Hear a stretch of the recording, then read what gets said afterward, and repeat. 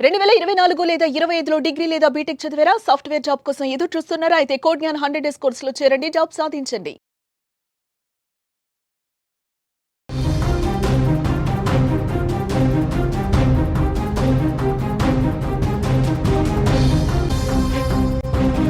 Breaking news చూస్తున్నాం. గండికోట హత్య రహస్యం ఇంకా వీడటం లేదు. వైష్ణవి హత్య కేసులో ఇంకా మిస్టరీ కొనసాగుతూనే ఉంది. ఎటువంటి ఆధారాలు దొరకడం లేదు. ఈ హత్యకి సంబంధించి ఆధారాల కోసం పోలీసులు తీవ్ర ప్రయత్నాలే చేస్తున్నారు. పర్యాటకుల ఫోటోల్లో వైష్ణవి కనిపించినట్లుగా కూడా గుర్తించడం జరిగింది. ఒంటరిగా వైష్ణవి ఆలయంలో తిరుగుతున్నట్లుగా కూడా సమాచారం. గండికోటలోకి ఎంటర్ కాగానే మాధవరాయ స్వామి ఆలయానికి వెళ్లినట్లుగా ఆధారాలు అయితే లభిస్తున్నాయి. గండికోట హత్య రహస్యం ఇప్పటి వరకు వీయటం లేదని తెలుస్తోంది. రోజులు గడుస్తున్నా నిందితులు ఎవరన్నది ఇప్పుడు మిస్టరీగా మారింది. ఆధారాలు దొరకకుండా నిందితులు బాలికను చంపడంతో పోలీసులకు ఇప్పుడు తలనొప్పిగా మారింది. ఆధారాల కోసం తీవ్ర ప్రయత్నాలైతే కొనసాగిస్తున్నారు పోలీసులు. అయితే తాజాగా వైష్ణవికి సంబంధించిన ఒక ఫోటోలు అయితే కనిపించాయి. పర్యాటకులు తీసుకున్న ఫోటోల్లో వైష్ణవి ఒంటరిగా తిరుగుతున్నట్లుగా కూడా అక్కడ తేలింది. గండికోటలోకి ఎంటర్ కాగానే మాధవరాయ స్వామి ఆలయానికి వెళ్లినట్లు పోలీసులు ఆధారాలైతే సేకరించడం జరిగింది. ఆలయంలో వైష్ణవి సింగిల్ గానే వెనక కాలేజ్ బ్యాగ్ వేసుకుంటూ నడుస్తూ ఉండడం కూడా అక్కడ మనకి ఫోటోలో అయితే ఆ విజువల్లో కూడా మీరు క్లియర్ గా చూడొచ్చు. అప్పటికే లోకేష్ ఆమెను విడిచిపెట్టి వెళ్లిపోవడం కూడా జరిగింది. దీంతో కాలేజ్ సమయం అయ్యే వరకు గండికోటలోనే ఉండాలని భావించిన వైష్ణవి అక్కడి గుళ్లకు వెళ్లినట్లుగా కూడా మనకి తెలుస్తోంది. ఈ క్రమంలోనే ఆమె దారుణ హత్య చేయబడింది. ఆమెను అన్నలే చంపారనే వార్తలు వస్తున్నా కూడా వారు చంపినట్టు ఇప్పటి వరకు కూడా ఎటువంటి ఆధారాలు దొరకపోవడం ఇప్పుడు ఉత్కంఠను రేపుతోంది. అటు కుటుంబ సభ్యులు ఇటు ప్రియుడు కాకుండా వైష్ణవిని చంపే అవసరం ఎవరికి ఉంది? ఇదే ప్రశ్న ఈ కేసులో మరింత ఆసక్తికరంగా మారుస్తుందని చెప్పుకోవచ్చు. ఇక ఇదే అంశానికి సంబంధించిన మరింత సమాచారాన్ని మా ప్రతినిధి సుదర్శన్ అందిస్తారు. ఎస్ సుదర్శన్, ఇప్పటి వరకు ఉన్న లేటెస్ట్ అప్డేట్ చూస్తే ఒక ఫోటో అయితే మనకి వైష్ణవిది బయటకు వచ్చింది. కాలేజ్ బ్యాగ్ వెనక వేసుకొని ఆ గుడికి వెళ్తున్న పరిస్థితి అయితే మనకి కనిపిస్తుంది. ఇప్పుడు రీసెంట్ గా దీనికి సంబంధించిన అప్డేట్ గా తెలుస్తుంది. మీరేమంటారు? ఏంటి వ్యవహారం మొత్తం కూడా గండికోట లోపల ఉన్నటువంటి రంగనాయక స్వామి ఆలయం చుట్టూనే జరిగింది అని మనం ఇంతవరకు భావించాం. కాకపోతే వైష్ణవిని కోటగుమ్మం దగ్గర లోకేష్ వదిలి వెళ్ళిన తర్వాత ఆ అమ్మాయి మొదటిగా మాధవరాయ స్వామి ఆలయంలోకి వెళ్ళినట్టుగా ఒక ఎవిడెన్స్ పోలీసులకు దొరికింది. ఆ అమ్మాయి ఒంటరిగా వెళ్తూ ఉంది. ఆ సరౌండింగ్ చూసుకోవచ్చు. మాధవరాయ స్వామి ఆలయం లోపల ప్రాంగణం చాలా ఎక్కువ స్పేస్ ఉంటది. ఎక్కువ ఫోటో షూట్లు జరుగుతూ ఉంటాయి. ప్రీ వెడ్డింగ్ షూట్లు కూడా అదే ఆ టెంపుల్లో ఎక్కువ మంది చేసుకుంటూ ఉంటారు. ఎందుకంటే అది చుట్టూ కూడా తోరణం లాగా ఉంటుంది. మధ్యలో చాలా కోటలాగా ఉంటాయి, కొన్ని గుహల్లాగా ఉంటాయి. చాలా అందంగా ఉంటుంది ఆ ఆలయం లోపల. టూరిస్టులు ఎక్కువ మంది కూడా ఎక్కువ స్పెండ్ చేసేది మాధవరాయ స్వామి ఆలయంలోనే. అయితే ఫోటోలో మనం చూస్తే టెంపుల్ మొత్తం ఒకవైపు అంటే హాఫ్ పార్ట్ టెంపుల్ మొత్తం ఫోటోలో ఎస్టాబ్లిష్ అవుతుంది. ఒక్క పర్సన్ కూడా అక్కడ ఎవరు కూడా వేరే వ్యక్తి కనిపించట్లేదు. కేవలం ఏదో వైష్ణవిని వెనక్కి తిరిగి నిల్చోబెట్టి ఫోటో తీసినట్టుగా ఉంది. అంటే అంత నిర్మానుష్యంగా ఉంది. ఆ రోజు టూరిస్టులు పెద్దగా ఆ టెంపుల్లో గానీ గండికోటలో గానీ లేరు. మొత్తం ఆ సమయంలో 60 మంది మాత్రమే లోపల టూరిస్టులు ఉన్నారని పోలీసులు ఇప్పటికే నిర్ధారించుకున్నారు. కాబట్టి ఆ అమ్మాయి ఒక్కటే సింగిల్ గా లోకేష్ ఎప్పుడైతే కోటగుమ్మం దగ్గర వదిలాడో అక్కడి నుంచి నేరుగా అమ్మాయి మాధవరాయ స్వామి టెంపుల్ లోకి వెళ్ళింది. ఈ ఫోటో టైమింగ్ కూడా 11 నుంచి 12 గంటల మధ్యలో అని చెప్తూ ఉన్నారు. హత్య జరిగిందేమో 12 నుంచి 1 గంట మధ్యలో జరిగి ఉండొచ్చు అని చెప్తూ ఉన్నారు. అంటే వైష్ణవి మాధవరాయ స్వామి ఆలయానికి వెళ్ళింది. అక్కడ కొద్దిసేపు చుట్టూ తిరిగి అక్కడ గడిపిన తర్వాత అక్కడి నుంచి పక్కనే ఉన్నటువంటి రంగనాయక స్వామి ఆలయం దగ్గరికి వెళ్ళింది. అది కూడా వాకబుల్ వేలోనే వెళ్ళింది. అంటే మాధవరాయ స్వామి టెంపుల్ కి వెళ్ళాలంటే గండికోట విలేజ్ నుంచి విలేజ్ ఎండ్ అయిన వెంటనే లెఫ్ట్ తీసుకొని వెళ్లాల్సి ఉంటది వెహికల్ వెళ్ళాలంటే.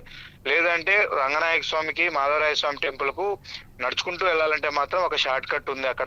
అక్కడి నుంచి అక్కడికి రావాలన్నా కూడా మినిమం 10 మినిట్స్ పడుతుంది. కాబట్టి అక్కడ అమ్మాయి ఫస్ట్ 11 నుంచి 12 వరకు అక్కడ తిరిగిన తర్వాత అక్కడ చూసుకున్న తర్వాత అక్కడి నుంచి చిన్నగా రంగనాయక స్వామి ఆలయం దగ్గరికి చేరుకుంది. రంగనాయక స్వామి ఆలయం దగ్గరికి వచ్చి ఆ అమ్మాయి తిరిగే ఫోటోలు కూడా పోలీసులు సేకరించినట్టుగా మనకు సమాచారము అందుతూ ఉంది. కాకపోతే ఇప్పుడు ఎవరు చంపారు ఏందనే దాని మీద ఒకవైపు అనుమానాలు వస్తున్నప్పటికీ అక్కడ సీన్ టు సీన్ ఏం జరిగి ఉంటుంది అనే దాన్ని పూర్తిగా క్లారిటీ తెచ్చుకునే పనిలో పోలీసులు ఉన్నారు. ఎందుకంటే ఏదో ఆవేశంగా ఎవరో వీళ్ళు వాళ్ళు చేశారని చెప్పి కొన్ని క్లూస్ తో మాత్రమే ప్రెస్ మీట్ పెట్టి ఒకసారి కోర్టులో పెడితే రేపు ఛార్జ్ షీట్ లో సరైన ఆధారాలు ఎవిడెన్సెస్ చూపించకపోతే మాత్రం కేసు నిలబడదు. అప్పుడు పోలీసులే ఆరోపణలు విమర్శలు ఎదుర్కోవాల్సి ఉంటుంది. ఒక అత్యంత కిరాతకంగా చంపిన కేసులో పోలీసులు గట్టిగా ఫైట్ చేయలేకపోయారు, గట్టిగా ఆధారాలు సేకరించలేకపోయారనే అపనింద వారిపైన ఉంటుంది. కాబట్టి అవన్నీ సేకరించిన తర్వాతే దీన్ని రిలీవ్ చేసే అవకాశాలు కనిపిస్తూ ఉన్నాయి. ఈ ఫోటో ఇప్పుడు వైరల్ గా మారుతూ ఉంది. ఆ అమ్మాయి అక్కడ ఉన్నది. అయితే ఎవరు తీశారు ఏందనే దాని మీద కూడా పోలీసులు వివరాలు సేకరించారు, వాళ్ళను కూడా విచారించారు. ఆ ఫోటో అక్కడ క్యాప్చర్ అయ్యే సమయంలో అదే మాధవరాయ స్వామి టెంపుల్ అంటే ఎంట్రన్స్ లో ఒక ఇద్దరు గేటు దగ్గర నిల్చొని ఉన్నారు, అనుమానాస్పదంగా గుర్తించారు. వాళ్ళిద్దరిని కూడా పిలిచి విచారించారు. అయితే వాళ్ళకు ఈ ఇన్సిడెంట్ తో ఎలాంటి సంబంధం లేదన్న తర్వాత పోలీసు వాళ్ళను వదిలేసినట్టుగా మనకు సమాచారము అందుతూ ఉంది. అక్కడి నుంచి వచ్చిన తర్వాత ఆ అమ్మాయి రంగనాయక స్వామి ఆలయానికి చేరుకుంది. అక్కడే మొత్తం ఇన్సిడెంట్ కూడా జరిగి ఉండొచ్చు. ఆ అమ్మాయిని హత్య చేశారు, ఆ టెంపుల్ వెనక వైపునే పడవేసి ఉంటారు అన్నది ఇప్పుడు పోలీసులు ఇప్పటి వరకు కూడా ఊహిస్తూ ఉన్నది, ఎక్స్పెక్ట్ చేస్తూ ఉన్నది.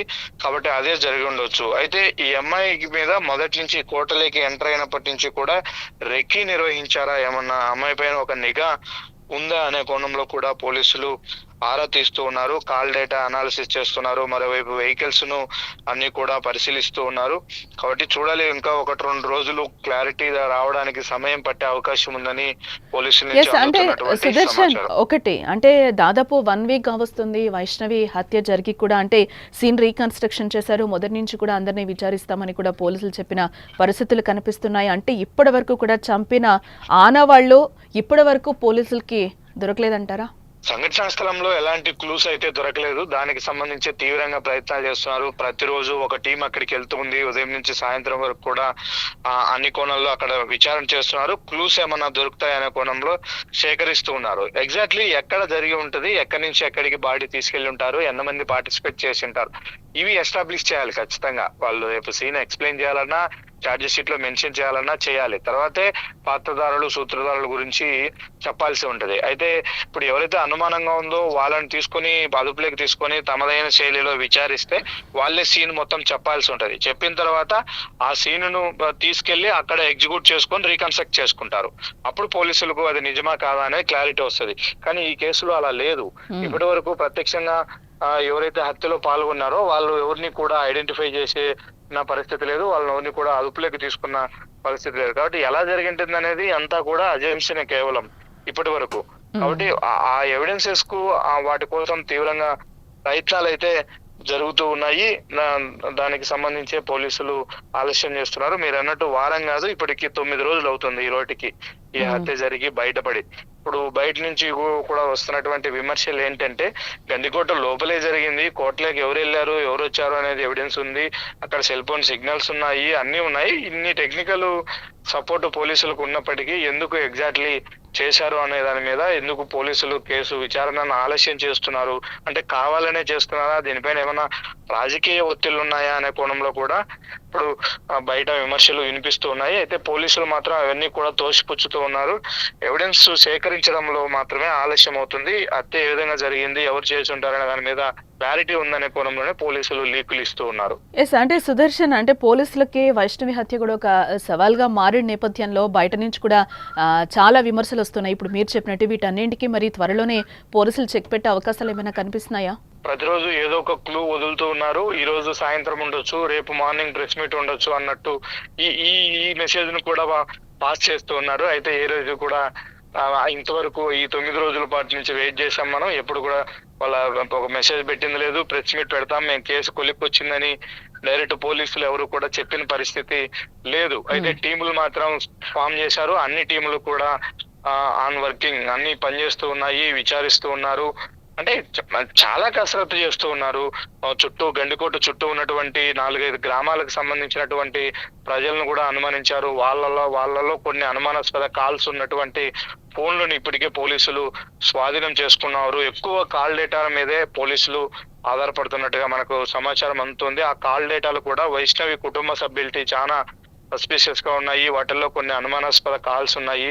ఆ టైంలో ఆ పర్సన్ కి ఎందుకు కాల్ చేయాల్సి వచ్చింది అనే దాని మీద వాళ్ళని క్వశ్చన్ చేసినప్పుడు వాళ్ళు చెప్తున్నటువంటి సమాధానాల్లో పొంతన దొరకట్లేదు. కాబట్టి వీళ్ళకు తెలిసే ఉంటుంది, ఈ హత్య జరగడం వెనక తెలిసే ఉంటుంది, వీళ్ళ హస్తం ఉంటుందన్న కోణంలో కూడా పోలీసులు అనుమానిస్తున్నారు. కానీ ఆ ఒక్క ఎవిడెన్సే సరిపోదు, బలంగా కేసు నిలబడడానికి సరిపోదు. ఎందుకంటే ఒకరి నుంచి ఒకరికి కాల్ వచ్చిందంటే ఏం మాట్లాడింది అనేది పూర్తి స్థాయిలో రికార్డు కాదు, కానీ టైమింగ్ అవి అవుతాయి. కాబట్టి ఎందుకు చేశామనే దానికి వాళ్ళు 1,00,000 కారణాలు చెప్పొచ్చు.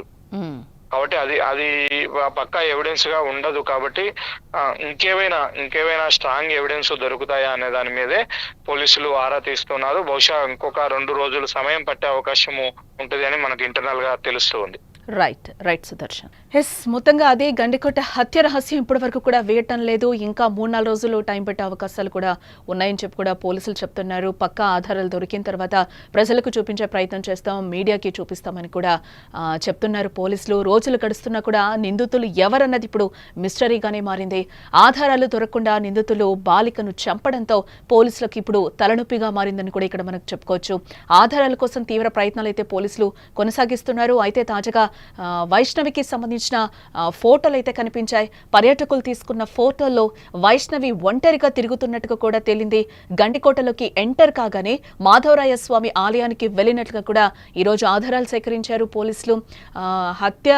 వైష్ణవి హత్యలో ఇదొక డెవలప్మెంట్ గా కూడా మనం చూడాలి. ఇప్పటివరకైతే తన ఫోటోస్ ఎక్కడ కూడా బయటకు రాని సిచ్యువేషన్స్ అయితే మనం చూసాం. ఈరోజు పోలీసులు తేల్చిన దాంట్లో ఆ అమ్మాయి వెళుతున్న ఫోటోనైతే ఒకటి ఈరోజు రిలీజ్ చేయడం జరిగింది. ఆలయంలో వైష్ణవి సింగిల్ గానే వెనకొక కాలేజ్ బ్యాగ్ వేసుకుంటూ కూడా నడుస్తూ ఉండడం మనకి ఆ ఫోటోలో కనిపిస్తోంది. అప్పటికే లోకేష్ ఆమెను విడిచిపెట్టి కూడా తను వెళ్ళిపోయిన సిచ్యువేషన్స్. దీంతో కాలేజీ సమయం అయ్యే వరకు కూడా గండికోటలోనే ఉండాలని వైష్ణవి భావించింది. అందుకే అక్కడ గుళ్ళకు వెళ్ళినట్లుగా కూడా పోలీసులు చెప్తున్నారు. ఈ క్రమంలోనే ఆమె దారుణ హత్య చేయబడింది. ఆమెను అన్నలే చంపారని ఇప్పటి వరకు వార్తలు వస్తున్నా వారు చంపినట్టు ఇప్పటి వరకు ఎటువంటి ఆధారాలు దొరకపోవడం కూడా ఇప్పుడు ఉత్కంఠ రేపుతోంది. అటు కుటుంబ సభ్యులు, ఇటు ప్రియుడు కాకుండా వైష్ణవిని చంపే అవసరం ఎవరికి ఉంది? ఇదే ప్రశ్న ఈ కేసులో మరింత ఆసక్తికరంగా మారుస్తోంది.